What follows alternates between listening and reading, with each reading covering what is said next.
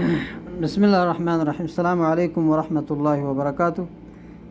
اب فرقوں کے سلسلے میں کہ فرقے کہاں سے شروع ہوئے اور کب شروع ہوئے، اب ہم آ گئے تھے خوارج سے لے کر شیعہ تک۔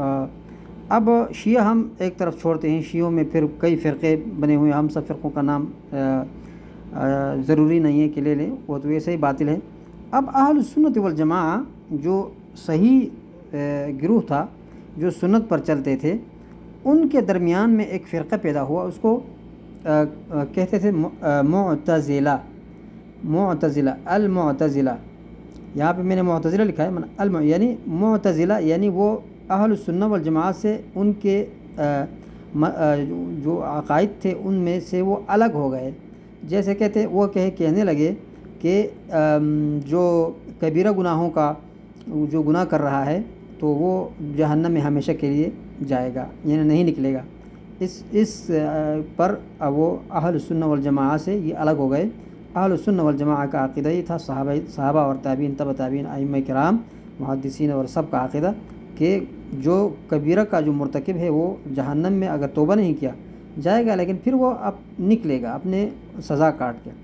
تو معتزلہ پیدا، لیکن معتزلہ اپنی جگہ پہ ٹھہرے نہیں۔ ان معتزلہ کے بعد جو سب سے بڑا فرقہ اور خطرناک فرقہ پیدا ہوا وہ تھا کیا؟ الجہمیہ۔ ان میں ایک بندہ تھا، اس کا نام تھا جہم ابن صفوان۔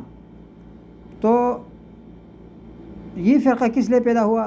انہوں نے کیا کیا کہ اللہ تعالیٰ کی صفات کا انکار کر دیا، کہ اللہ تعالیٰ عرش پر نہیں، عرش پر مستوی نہیں ہے، اللہ تعالیٰ اوپر نہیں ہے، اللہ تعالیٰ ادھر نہیں، ادھر نہیں، باہر نہیں، اندر نہیں، زمین کے اندر نہیں، باہر نہیں، آسمان کے آسمان میں نہیں۔ یعنی اللہ تعالیٰ کے چلتے چلتے انہوں نے اس وجود کا انکار کر دیا اپنے اس عقیدے میں۔ ان کو کہا جاتا تھا الجہمیہ۔ تو جہمیہ خطرناک فرقہ تھا۔ اس کے بعد الجہمیہ کے بعد جو تقریباً یہ دوسری صدی میں تھا، لیکن بعد میں تقریباً چوتھی پانچویں صدی کے دوران جو خطرناک فرقے نکلے اس فرقے کے بعد، تو ان میں سب سے پہلا فرقہ تھا الاشعریہ۔ اشعری فرقہ، ابو الحسن الاشعری ایک عالم تھے، اور وہ اس جہم کے اور معتزلہ کے عقائد کے قائل تھے، لیکن انہوں نے کچھ عقائد کا، یعنی کچھ صفات کا انکار کیا اللہ تعالیٰ کا، سب کا نہیں کیا، لیکن آخر میں اس نے توبہ کیا تھا۔ لیکن اس کے جو ماننے والے ہیں وہ ابھی تک اس کے عقیدے پر قائم ہیں۔